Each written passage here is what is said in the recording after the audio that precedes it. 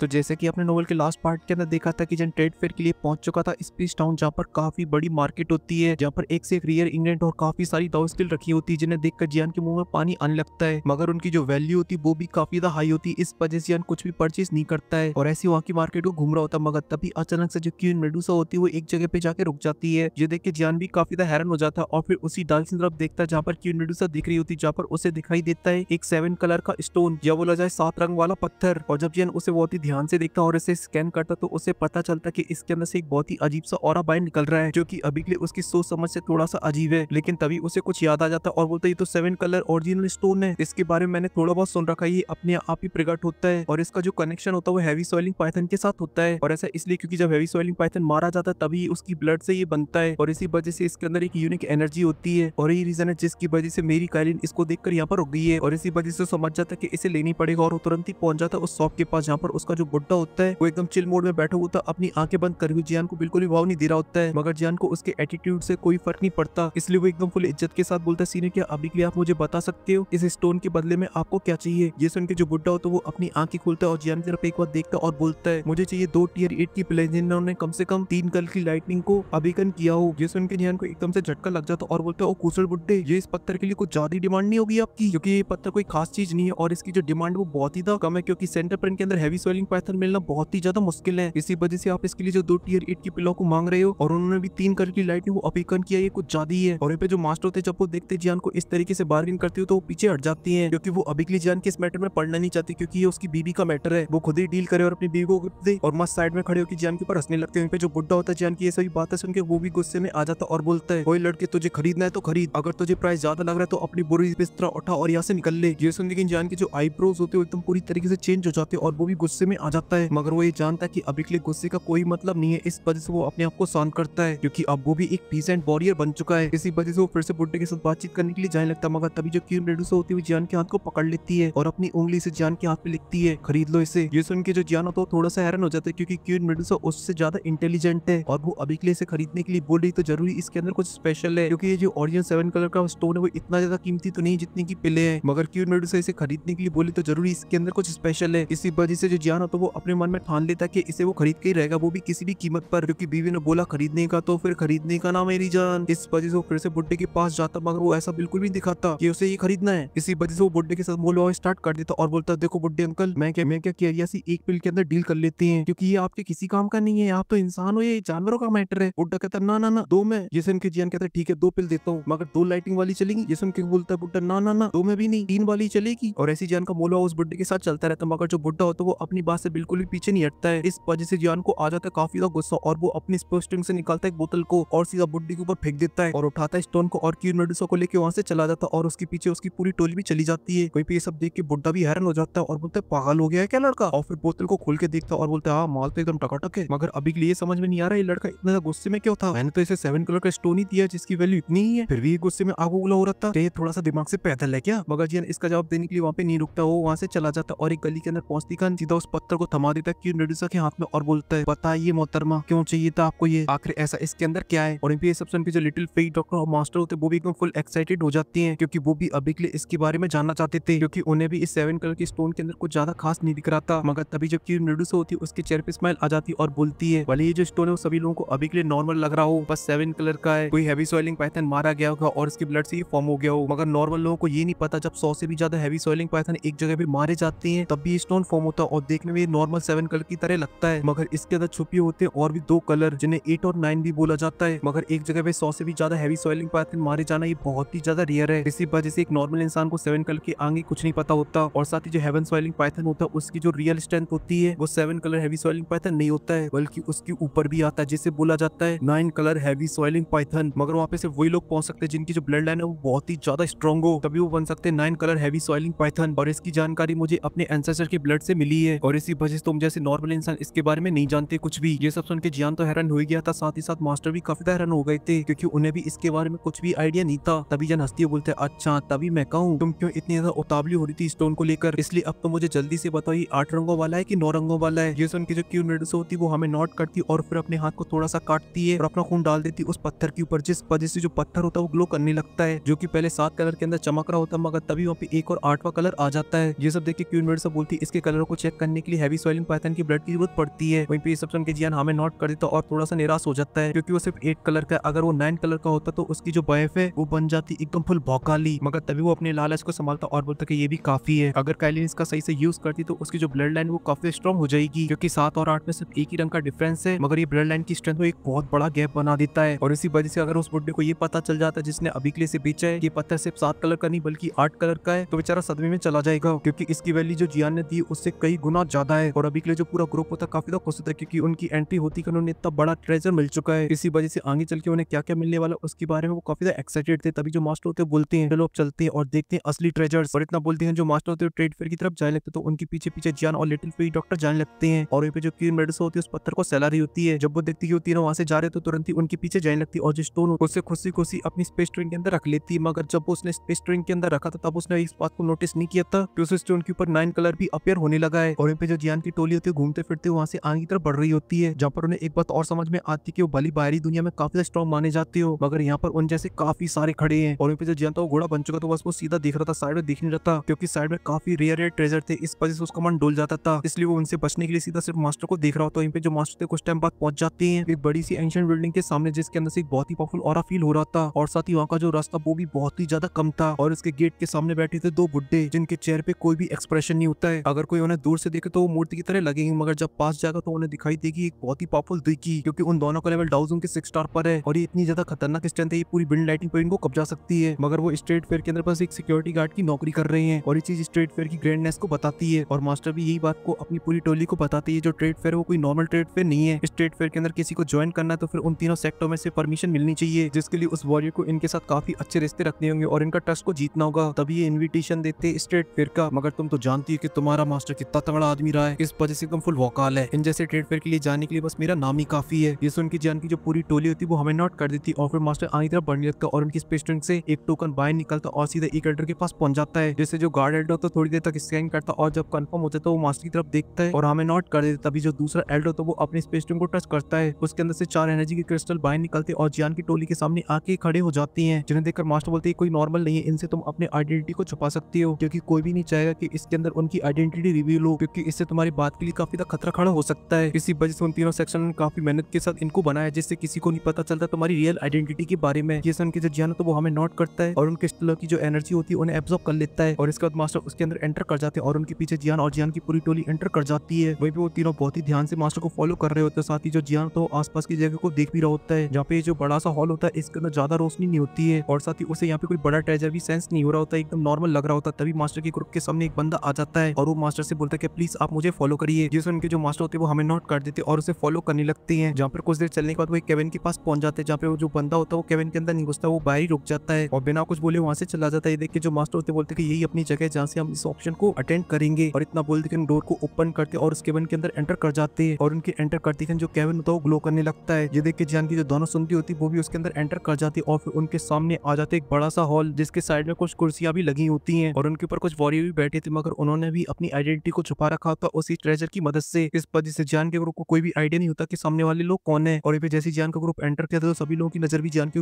ऊपर चली जाती है, जिसमें से कुछ लोग तो तुरंत ही अपनी नजरों को दूर कर लेते, मगर कुछ लोग ऐसे भी होते जो कि अपनी आई साइट का यूज करते हुए मास्टर के ग्रुप की आइडेंटिटी के बारे में पता करने की कोशिश करते हैं, जहाँ पे जियान को तो कुछ सेंस नहीं होता मगर मास्टर लेजेंड है, इस वजह से उनके आ रहे स्पेशल औरों को बहुत ही आसानी से तोड़ डालते हैं और इससे सभी लोगों को स्टेटमेंट दे देते कि प्रधान बदमाशी नहीं असला हम भी रखते हैं, चल गया ना तो विवाद हो जाएगा मित्र। और फिर मास्टर अपनी बॉडी के अंदर से अपने औरे को बाहर निकालते और इस केविन को और भी प्रोटेक्ट कर देते और बोलते हैं यहाँ पे काफी सारे स्ट्रॉन्ग वॉरियर, इस वजह से हम यहाँ पे कुछ भी बातें करते हैं उनको इसके बारे में पता चल सकता है, इस वजह से थोड़ा सा ध्यान से। जिस उनकी जियान और जियान की दोनों सुनती होती वो हमें नोट कर देती है। ये देख के जो मास्टर थे वो भी हमें नोट कर देते और बोलते कि चलो अब हम लोग वेट करते हैं। वहीं पे जो जियान होता है स्कैन करने लगता है आसपास की जगह को जहाँ पर उसे काफी सारे ट्रेजर दिखाई देते हैं, मगर वो अपनी एक्साइटमेंट को छुपा लेता है। मगर जैसा चेला वैसे ही मास्टर होता है क्योंकि वो भी अपने ऑरे को रिलीज करते हैं और लोगों के बारे में पता करने की कोशिश करने लगते हैं, क्योंकि अभी के लिए दोनों के अंदर काफी ज्यादा चुनचुनी काट रहे होते हैं और ऐसी ताका झाकी करते करते 2 घंटे बीत जाते जहाँ पे और भी काफी सारे लोग आ चुके थे। इस वजह से जो पूरी अरीना होती है वो भर चुकी थी। अब यहाँ पे कम से कम 100 लोग आ चुके थे। वहीं पे जो जियान एकदम फुल बोर हो रहा होता है, तभी जो मास्टर होती गहरी सांस लेते और बोलते हैं हाँ मैंने कुछ पुराने लोगों को यहाँ पे जरूर सेंस कर लिया है, मगर बच्चे तेरा जानना उनके बारे में जरूरी नहीं है, इस वजह से इंतजार कर ऑप्शन का। और ऐसी कुछ टाइम और बीत जाता और फाइनली एक बड़ा सा घंटा बजता है और अरीना के सेंटर में आ जाता है एक बुड्ढा जिसकी दाढ़ी हो चुकी होती है पूरी तरीके से सफेद, जिसे देखने में एक पल के लिए ऐसा लगता है कि बहुत ही जल्दी निपटने वाला है, मगर उसकी बॉडी से निकल रहा था एक बहुत ही पावरफुल ऑरा जो कि एक दाऊ फिनिशिंग लेवल के वॉरियर जैसा होता है, जिसे देख के जो जियान होता है एकदम फुल एक्साइटेड हो जाता है और बोलता है, ओ